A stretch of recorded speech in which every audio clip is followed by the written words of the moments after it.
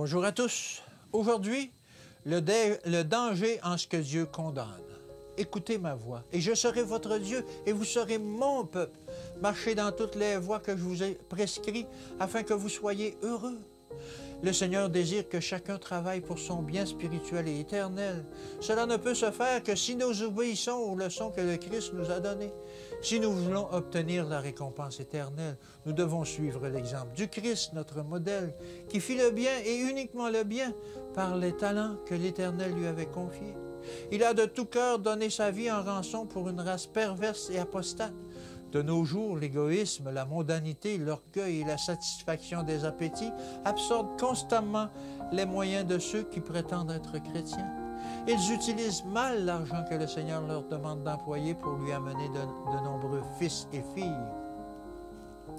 Lorsque les chrétiens travailleront comme le chef de l'Église l'a fait, ils ne seront pas constamment en train de penser à la façon dont ils peuvent utiliser l'argent de Dieu pour leur propre plaisir.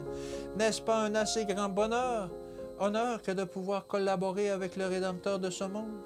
Les projets et les investissements mondains créés pour complaire au moi, pour le glorifier, n'apportent rien de valable. Dieu les condamne et il est dangereux pour quiconque de vouloir faire ce que Dieu condamne. Ne vous conformez pas au siècle présent, mais soyez transformés par le renouvellement de l'intelligence, afin que vous discerniez quelle est la volonté de Dieu, ce qui est bon, agréable et parfait. Romains 12 au verset 2. C'est là une expérience à acquérir, une expérience qui ne décevra pas. Le Dieu puissant qui a créé l'homme par Jésus-Christ invite chacun d'entre nous à le mettre à l'épreuve et à en constater ensuite les résultats. Chacun est examiné et mis à l'épreuve et il comprend combien est bonne, acceptable et parfaite la volonté de son Créateur. Si on obéit à ces paroles claires et simples, ainsi parle l'Éternel, il est impossible de se conformer au monde.